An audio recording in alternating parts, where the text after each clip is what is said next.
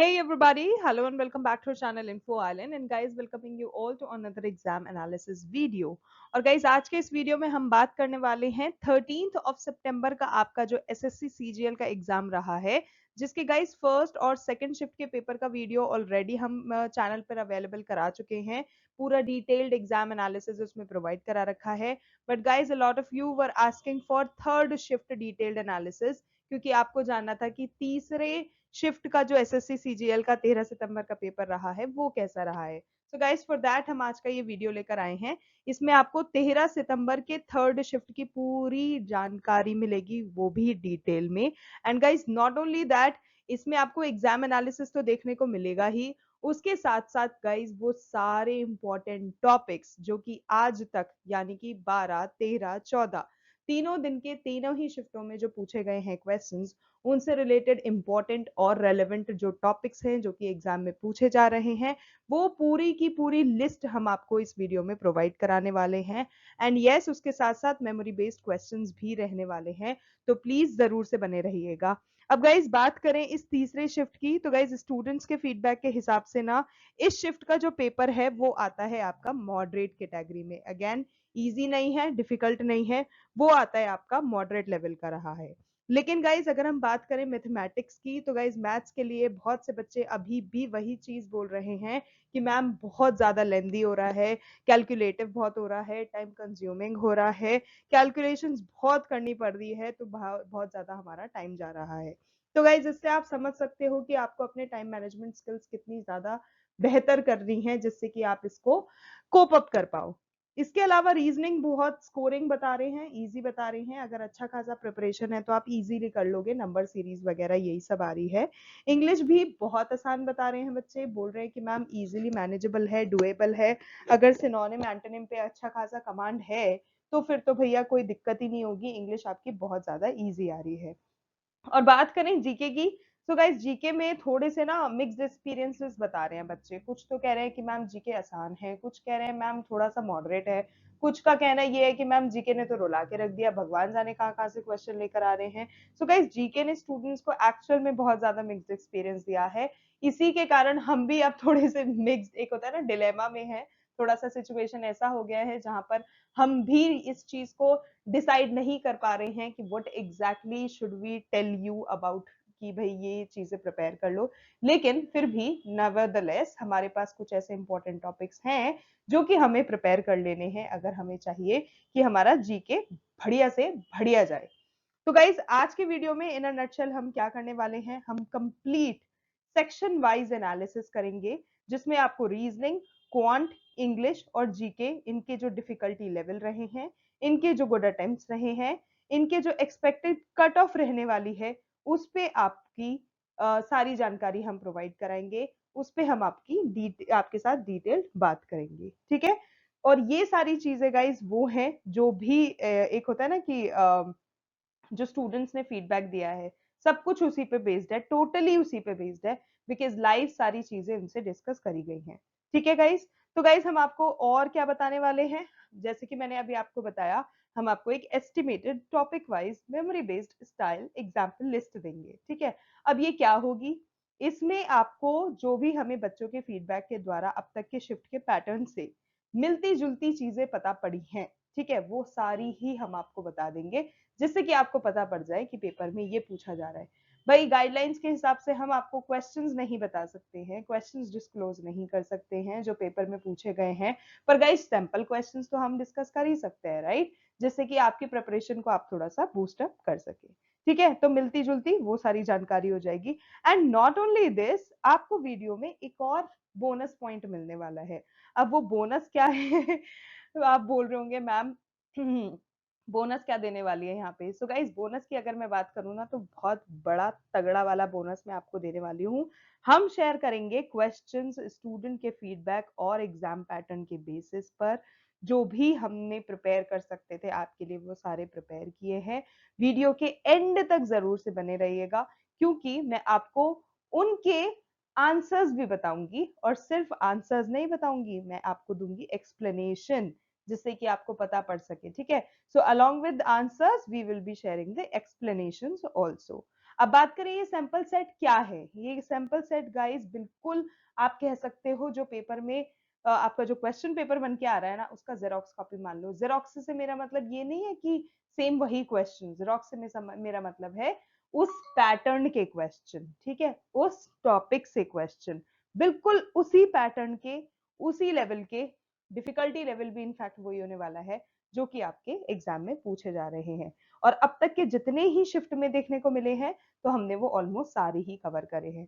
तो guys exact paper क्या होगा, एग्जैक्ट ओरिजिनल पेपर क्या होगा, वो तो हम आपको एसएससी के एग्जाम्स के खत्म होने के बाद ही कंफर्म कर पाएंगे। लेकिन अभी के लिए ये जो सैंपल सेट मैं आपको बताने वाली हूँ, जरूर से पूरा देखना, सारे क्वेश्चंस जरूर से अच्छे से याद कर लेना, क्योंकि मार्क माय वर्ड्स ये आपको बहुत ज्यादा हेल्प करने वाले हैं।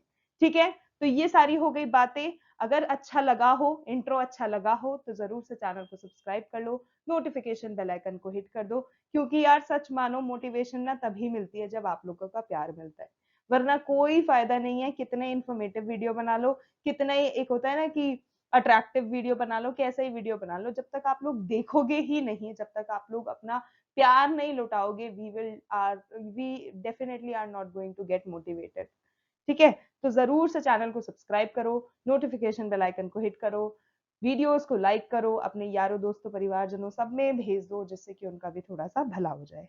ठीक है, so that's all about the talking, that's all about my intro. अब हम जल्दी से वीडियो को शुरू करते हैं। So guys first things first, सबसे पहले जैसे कि मैंने आपको बताया, मैं आपको detailed section wise exam analysis देने वाली हूँ, तो सबसे पहले वही डिस्कस करते हैं।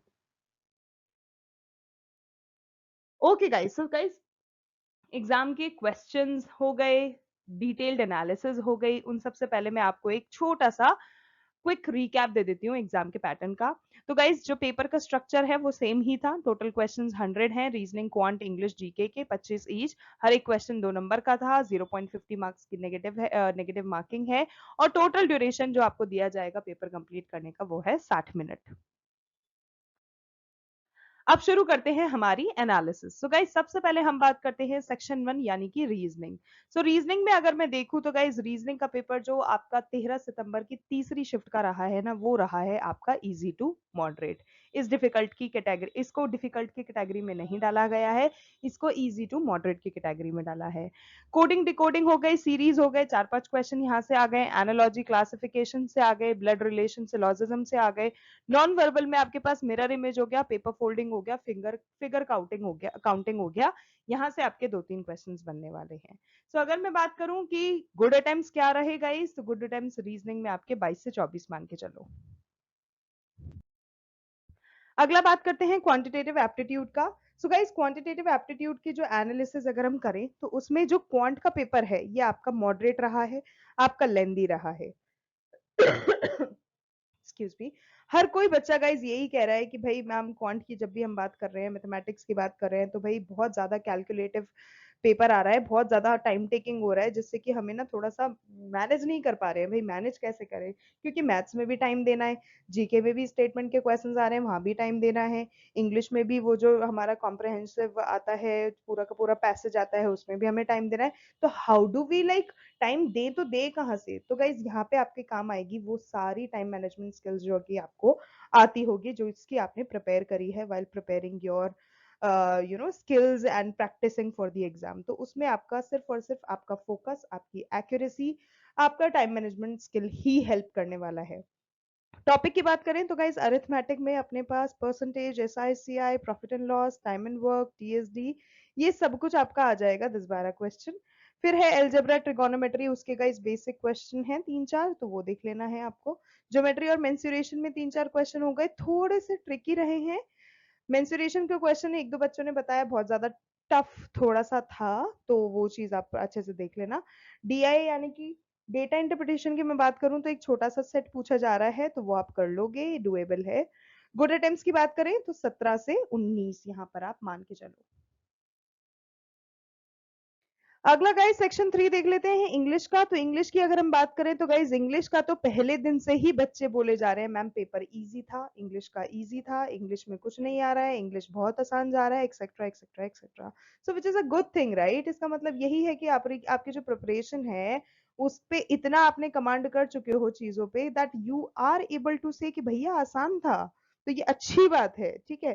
तो इंग्लिश का लेवल इजी टू मॉडरेट बता दिया गया है, रीडिंग कॉम्प्रहेंशन डायरेक्ट था, जो क्लोज टेस्ट था वो सिंपल था, एरर डिटेक्शन में आपके 2-3 क्वेश्चंस आए हैं, पैरा जंबल में भी आए हैं, और वो कैब में तो गाइज वही सिनोनिम मेंटोनिम इडियम्स हैं, वहां से क्वेश्चन पूछे जाते ही हैं, तो वो चीज तो आपको कर लेनी है। उस पे कमांड बिठा लिया तो बाकी चीजें तो आप संभाल ही लोगे, ठीक है। गुड अटेम्प्ट्स की बात कर लें तीसरे इस इंग्लिश के लिए, तो गाइज इसमें आपको 19 से 21 लेके चलना है, जो कि आपके गुड अटेम्प्ट्स कंसिडर करे जाएंगे इंग्लिश के। चौथे सेक्शन की अगर अपन बात करें जो कि हो जाता है जनरल अवेयरनेस, जनरल अवेयरनेस की अगर मैं बात करूं तो गाइस थोड़ा सा ना जीके हर ही शिफ्ट में ना अनप्रडिक्टेबल जा रहा है, बच्चे जो सोच के आ रहे हैं दिमाग में कि यार शायद ये टॉपिक आ जाएगा, शायद ये क्वेश्चन आ जाएगा, शायद मैंने ये पढ़ लिया तो मेरा काम बन गया, वो सारी ही चीजें ना बिल्कुल ही मतलब हवा में जा रही हैं, क्योंकि जो प्रिडिक्टेबिलिटी है वो बिल्कुल खत्म हो गई है जीके में, तो बिल्कुल वो चीज काम नहीं कर रही है। करंट अफेयर्स आ रहे हैं, क्योंकि करंट अफेयर्स का देखा गया है कि वेटेज बहुत ज्यादा रहा है, ठीक है, कुछ आए नहीं आए करंट अफेयर्स तो आ ही रहे हैं। करंट अफेयर्स कब से कब तक के पढ़ लो, 2022 से भी क्वेश्चन आ चुका है, 2024 से भी क्वेश्चन आ चुका है, तो मैं तो कहूंगी 21-22 से लेके आपका 23-24-25 सारा ही कवर कर लो, कर सकते हो तो। अगर कुछ नहीं कर सकते तो पिछले 6 महीने के तो कवर कर ही लेना, ठीक है, वो तो बहुत इंपॉर्टेंट है। साइंस में आपका physics chemistry biology basic questions देख लेना, हिस्ट्री पॉलिटी ज्योग्राफी भी देखना है आपको, क्योंकि 2-3 क्वेश्चन हर एक में से पूछे जा रहे हैं। इसके अलावा स्पोर्ट्स हो गया, ट्रॉफीज हो गया, गवर्नमेंट की स्कीम्स हो गई, बजट रिलेटेड क्वेश्चंस पूछे जा रहे हैं। और आज जो 14 सितंबर का पेपर हुआ था उसमें गाइस चंद्रयान का भी एक क्वेश्चन था, तो चंद्रयान भी आपको ध्यान में रखना है। इसके अलावा इंडियन फेस्टिवल्स हो गए, इंडियन सॉन्ग्स हो गए, इंडियन कल्चर हो गया, इंडियन ट्रेडिशन हो गया, ये सारी चीजें भी क्वेश्चंस बन के आ रहे हैं इनसे रिलेटेड भी। तो भारतीय संस्कृति सभ्यता इन सब का भी ध्यान रखो, उससे रिलेटेड क्वेश्चंस पढ़ डालो। गुड अटेम्प्ट्स मैं कहूंगी 14 से 16 सेक्शन 4 के लिए, जो कि है जनरल अवेयरनेस। अब गाइज ओवरऑल डिफिकल्टी की बात करूं और गुड अटेम्प्ट्स की बात करूं, तो शिफ्ट 3 जो रहा है ना 13 सितंबर का आपका, उसका जो पेपर है वो ओवरऑल आप मॉडरेट कैटेगरी में डाल सकते हो, ठीक है। टोटल गुड अटेम्प्ट्स अगर मैं बोलूं, अगर अच्छी खासी एक्यूरेसी के साथ हैं, तो आपके 70 से 72 क्वेश्चंस जो हैं वो आपके टोटल गुड अटेम्प्ट्स में आप कंसिडर कर सकते हो, ठीक है।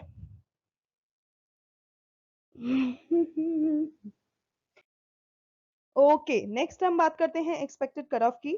So guys expected cut off जो 13 सितंबर के तीसरे शिफ्ट की पेपर हुआ है ना, उसके अगर मैं सेफ स्कोर का आपको एस्टिमेट बता दूं तो वो कुछ इस तरह से हो सकता है कि जनरल में आप 72 प्लस मान के चलो, ओबीसी में 68 प्लस मान के चलो, शेड्यूल कास्ट और शेड्यूल ट्राइब्स वालों के लिए 60 to 64 प्लस आप मान के चलो, तो ये जो है ये आपका कहीं ना कहीं एस्टिमेटेड सेफ स्कोर रह सकता है।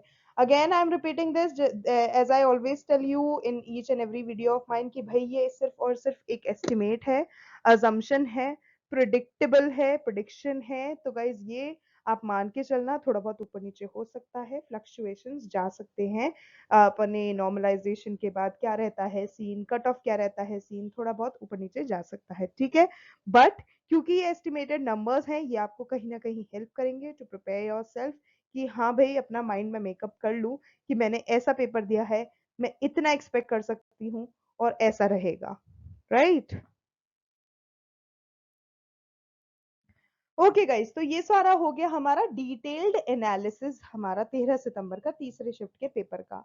अब गाइस मैं आपको क्या बताने वाली हूँ, जैसे कि मैंने आपको वीडियो के शुरू में बताया था कि हम डिस्कस करेंगे मेमोरी बेस्ड टॉपिक लिस्ट, कि भाई ऐसे कौन से टॉपिक हैं जो कि 12 तारीख, 13 तारीख और 14 तारीख की पहली, दूसरी और तीसरी शिफ्ट में जो क्वेश्चंस पूछे गए हैं उनमें पूछे गए हैं, ठीक है। तो ये शिफ्ट 3 के बेसिस पे मैं आपको सब कुछ बता देती हूँ। सो यहाँ पे हम डिस्कस करेंगे सेक्शन, ठीक है, सेक्शन वाइज यहाँ पे देख लो, और यहाँ पे मैं बताने वाली हूँ वो टॉपिक जो कि स्टूडेंट्स ने बोला है या फिर आप कह सकते हो एक्सपेक्टेड है। सो रीजनिंग हो गया, जनरल इंटेलिजेंस हो गया, इसमें guys coding, decoding, alphabet, number series, blood relation, analogy, classification, non verbal, mirror image, paper folding, ये सारे वो टॉपिक हैं जो कि बच्चों द्वारा हमें बताए गए हैं कि मैम इनमें से क्वेश्चंस आ रहे हैं। ठीक है, तो ये तो घोल के पी जाओ, मैं तो कहूंगी भैया, इससे ज्यादा कुछ नहीं कर सकते। ये सारे जो पर्टिकुलर टॉपिक्स हैं हर एक सेक्शन के, ये तो आप रट लो यार। ठीक है, अगली बार बात करने वाले हैं अब हम क्वांटिटेटिव एप्टीट्यूड की। सो गाइस, क्वांट में क्या है? क्वांट में आपके पास है arithmetic, percentage, profit and loss, time and work, speed and distance, algebra के बेसिक्स हो गए। ठीक है, ज्योमेट्री हो गया, वन सेकेंड, क्या है ये, yes,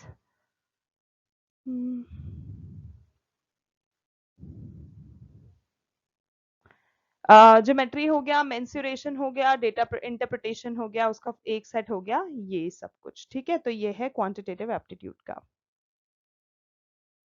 okay, so guys next हम बात करने वाले हैं इंग्लिश कॉम्प्रिहेंशन का। सो गाइज इंग्लिश में synonyms, antonyms, reading comprehension, cloze test, parajumble और एरर डिटेक्शन, ये है मेन टॉपिक्स। ठीक है, जनरल अवेयरनेस यानी कि जीके, जिसकी बात हम कर रहे थे, उस अथाह अथाह सागर की जो कि कभी खत्म ही नहीं होता, जिसमें कितना ही पढ़ लो हमेशा कम ही रह जाता है। सो गाइज जीके के लिए आपको क्या कर लेना है, क्योंकि ये इसका सिलेबस बहुत ज्यादा होता है, तो प्लीज आपको इधर उधर स्कैटर नहीं करना है खुद को। आपको क्या करना है, वो सारे इंपॉर्टेंट टॉपिक्स देख लेने हैं जो कि यू नो ट्रेंड कर रहे हैं, पूछे जा रहे हैं, टारगेट किए जा रहे हैं। जैसे कि करंट अफेयर्स हो गया, रिसेंट महीनों के देख लो, साइंस के बेसिक देख लो, पॉलिटी देख लो, कॉन्स्टिट्यूशन के टॉपिक्स देख लो, ज्योग्राफी में इंडिया और वर्ल्ड के जो बेसिक्स होते हैं और जो रेलिवेंट चीजें आजकल हो रही हैं दिन प्रतिदिन, वो सब ध्यान रख लो।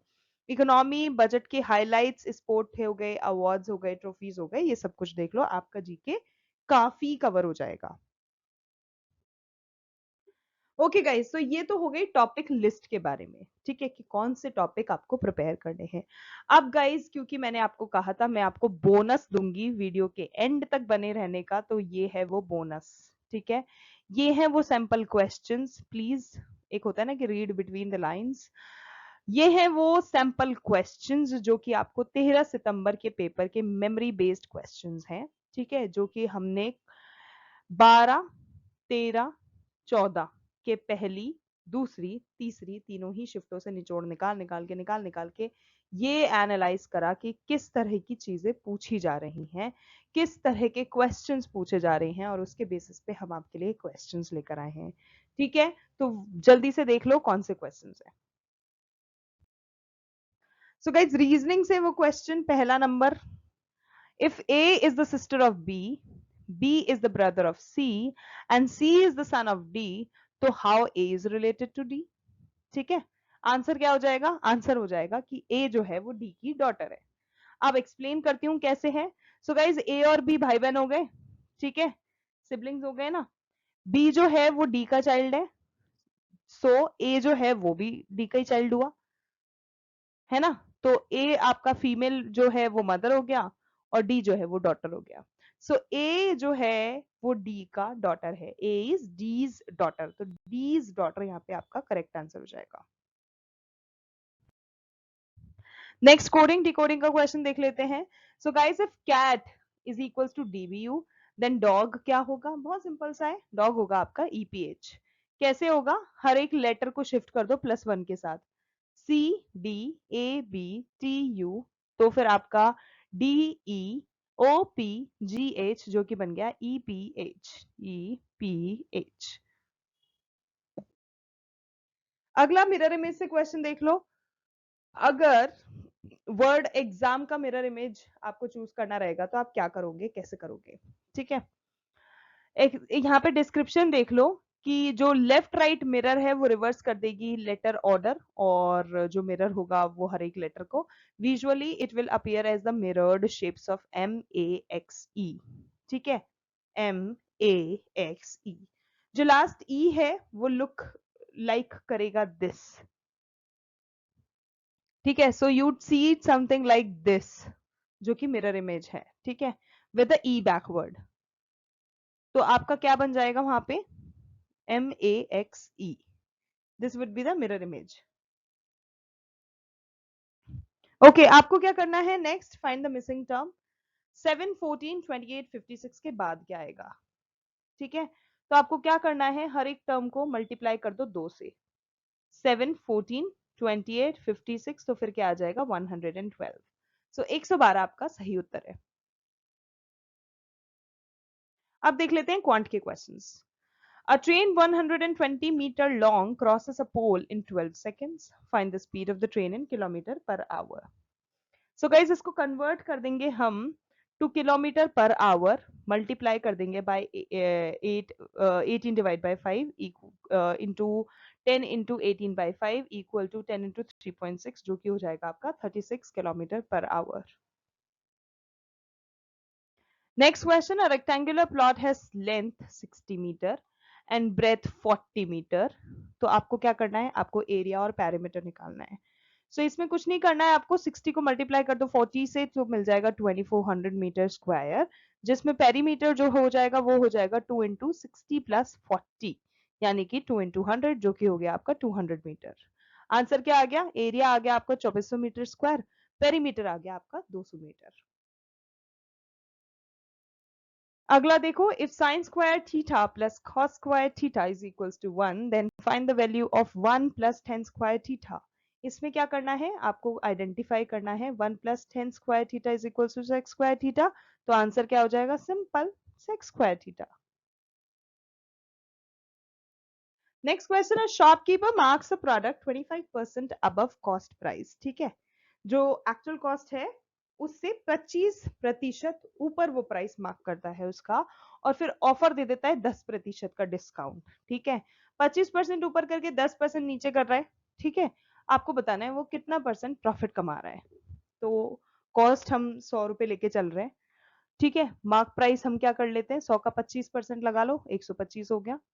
सेलिंग प्राइस किस पे बेच रहा है? 10% का डिस्काउंट देने के बाद। तो गाइस 125 की जो उसने प्राइस रखी है उस पे फिर वो 10% का डिस्काउंट दे रहा है, विच इज 0.90। तो 125 को हम 0.90 से जब करेंगे मल्टीप्लाई, तो वी विल गेट 112.5। ठीक है, प्रॉफिट कैसे निकलेगा? प्रॉफिट निकालने के लिए आपको क्या करना है, 112.5 में से 100 को जब डिडक्ट करोगे आपको मिलेगा 12.5। तो प्रॉफिट को जो परसेंटेज में निकाला जाएगा वो आपका आ गया 12.5%।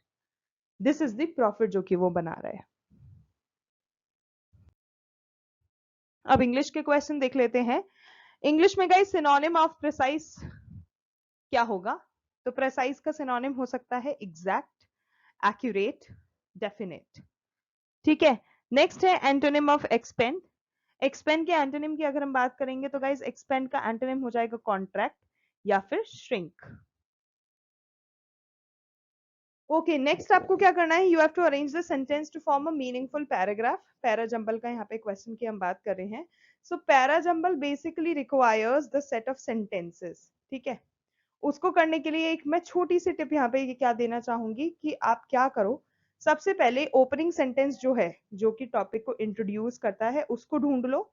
उसके बाद जितने भी लॉजिकल कनेक्टर्स उससे बना सकते हो उनको ढूंढ लो, और उसके बाद जो कंक्लूडिंग सेंटेंस रहता है उसको ढूंढ लो।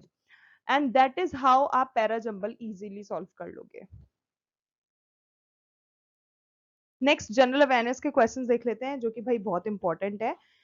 सो नंबर 1 क्वेश्चन है that who is the current chief justice of India. ये गाइज मैंने अपने प्रिपरेटरी वीडियोस जो एसएससी सीजीएल के हमने शेयर करे थे उसमें भी बताया था, तो ये चीज तो आपको पता ही होनी चाहिए। एंड एज ऑफ सितंबर 2025 अगर मैं बात करूं, तो जो चीफ जस्टिस ऑफ इंडिया है करंट एज ऑफ सितंबर 2025, वो हैं जस्टिस बी आर गवाई।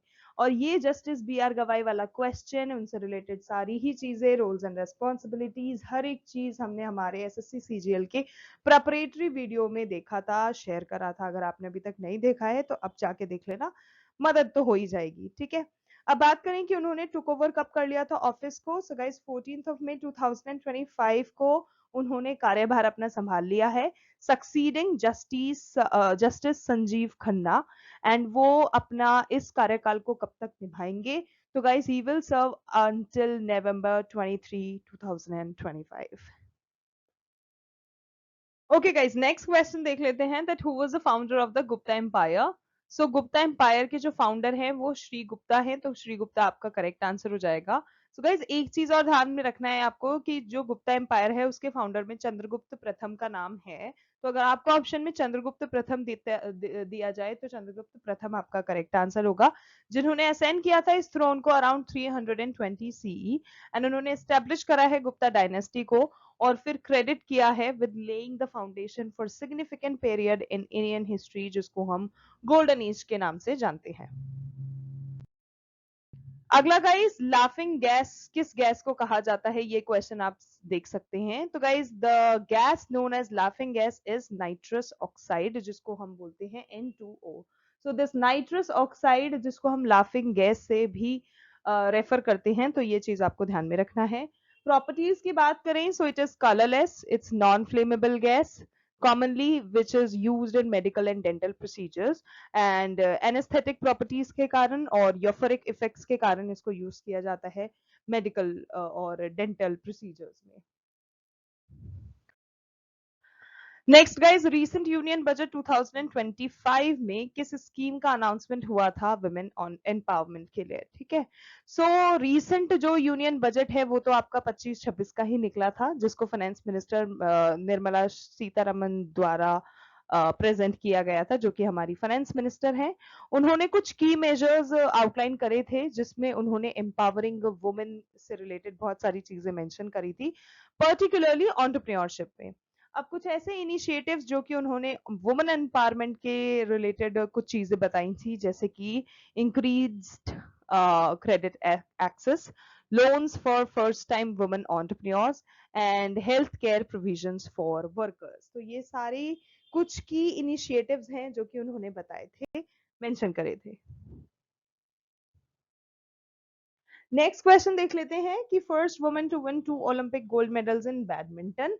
सो इसका करेक्ट आंसर हो जाएगा पुसारला वेंकटा सिंधु, जिनको हम शॉर्ट में बोलते हैं PV Sindhu. Guys you might not know, a lot of you थोड़ा सा कंफ्यूज हो जाते हैं पीवी की फुल फॉर्म में, ठीक है। पीवी सिंधु सब जानते हैं, लेकिन what does that PV stands for, इसीलिए I thought of giving the full form here. तो Pusarla Venkata Sindhu is the whole name. उनको golden girl of Indian badminton के नाम से भी जाना जाता है। वो 26 साल की हैं और कंट्री का सबसे पहला और ओनली स्पोर्ट्स वुमन कहलाती हैं जिन्होंने 2 ओलंपिक मेडल्स जीते हैं, ओलंपिक गोल्ड मेडल्स जीते हैं बैडमिंटन में, ठीक है। इनका जन्म 5 जुलाई 1995 में हैदराबाद में हुआ था, आंध्र प्रदेश, जो कि वॉलीबॉल प्लेयर भी रह चुकी हैं, ठीक है। To ace volleyball players PV Ramana and P Vijaya Sindhu's love for sports came and no surprise. Okay, okay, okay. So PV Sindhu is the correct answer. Next, guys, which article of the Constitution deals with the Election Commission? So, guys, हमारा article 324 से लेके 329, यानी कि 324, 25, 26, 27, 28, 29, 324 से लेके 329 तक जितने भी आर्टिकल हैं हमारे इलेक्शन कमीशन से रिलेटेड हैं, जो कि हमारे इंडियन कॉन्स्टिट्यूशन में मौजूद हैं। इसमें जो पार्ट की बात आती है तो हम पार्ट भी डिस्कस कर लेते हैं। तो that is part XV, I think it's 15, yes. I took a while to see what is it exactly. Yes, so it's 15. So part 15 of the Constitution of India 1950, इसमें आपको वो सारी चीजें मिलेंगी जो कि इलेक्शन कमीशन से रिलेटेड है, ठीक है। वो सारे प्रोविजंस जो कि ईसीआई से रिलेटेड हैं वो भी यहीं मिलेंगे, क्योंकि ये जो बॉडी है ये एडमिनिस्टर करती है election to the Lok Sabha, Rajya Sabha and state legislative assemblies in India. India में जितने भी लोकसभा के, राज्यसभा के, स्टेट लेजिस्लेटिव असेंबलीज के इलेक्शंस होते हैं वो सारे इलेक्शन कमीशन के द्वारा ही देखे जाते हैं। एंड इनफैक्ट जो ऑफिसर्स होते हैं प्रेसिडेंट और वाइस प्रेसिडेंट के, वो सब भी, उसमें भी कहीं ना कहीं इलेक्शन कमीशन का इन्वॉल्वमेंट होता है। So that is about it. Okay, next आप देख सकते हैं cloze test paragraph based on environment technology, कुछ इस तरह से देख लेना, प्रिपेयर कर लेना, ठीक है। Next, find the error, he don't likes playing cricket. अब इसमें आपको एरर बताने हैं। Don't is wrong for third, okay, so इसमें क्या गलत है? तो गाइज यहाँ पे डोंट गलत है, क्योंकि थर्ड पर्सन सिंगुलर है। Likes should be base verb after auxiliary, ठीक है। सो करेक्ट आंसर क्या हो जाएगा? करेक्ट सेंटेंस हो जाएगा he doesn't like playing cricket. Don't की जगह डू डज आ जाएगा और लाइक्स की जगह लाइक आ जाएगा। Then the sentence will become even more better and correct. So guys ये था एसएससी सीजीएल 13 सितंबर 2025 थर्ड शिफ्ट का एग्जाम का जो डिटेल्ड एनालिसिस हम आपको प्रोवाइड करा सकते थे वो। आपको पेपर कैसा लगा, आपने कितने अटेम्प्ट्स किए, अपना जो भी आपका रियल फीडबैक है वो जरूर कमेंट्स में बताइएगा। We are waiting for it and we would love to hear from you. और अगर वीडियो पसंद आया, इंफॉर्मेटिव लगा तो लाइक करो, शेयर करो, सब्सक्राइब करो बिल्कुल मत भूलना, और नोटिफिकेशन बेल आइकन को दबाना तो बिल्कुल मत भूलना, so that you never miss any updated video, any informative video, any exam analysis video coming from us. ठीक है, आज के लिए गाइस बस इतना ही। मिलते हैं अगले शिफ्ट एनालिसिस वीडियो के साथ, और तब तक के लिए all the very best to all the candidates. Thank you.